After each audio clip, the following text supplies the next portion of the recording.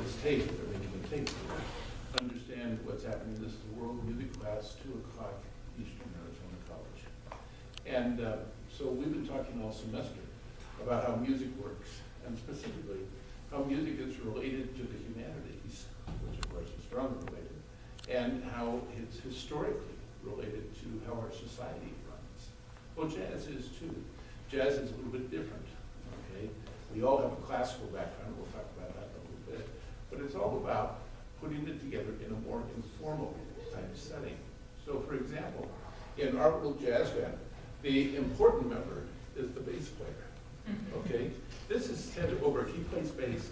He's really 93 years old. He looks incredibly fit, okay? He works out. So why don't you play blues and now? So you can hear the beat here, right? Let's snap our fingers on 2 and 4. Yeah. Now I hope you're doing it better. Turn your head to the right. Unless you're a little to the left. That's right. It works too. Okay.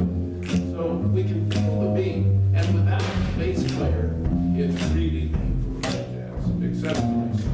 Now people think that the piano player, the drummer, takes care of the beat too, and he does to a degree. But he also gets cool shots here and there.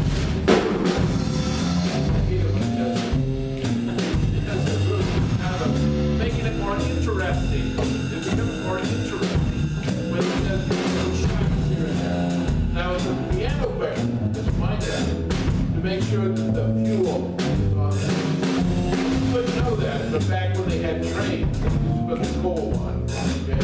That was a long time ago. So my job is not to make a scene about it or to keep track of the beat. My job is to simply add little chords here and there. And that's plenty for now.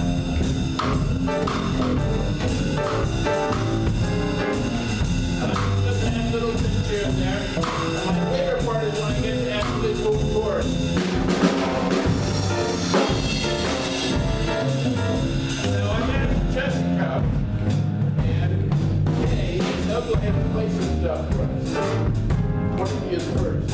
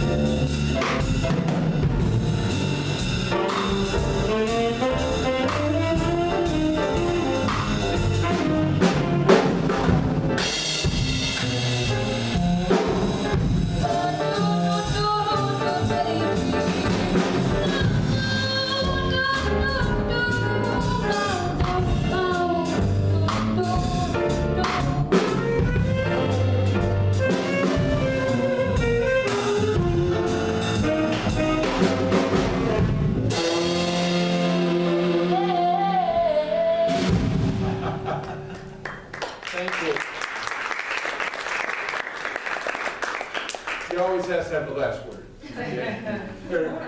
So, as you can tell, it's like a conversation, just like it is inside of classical music. But in classical music, it's a formal conversation, okay?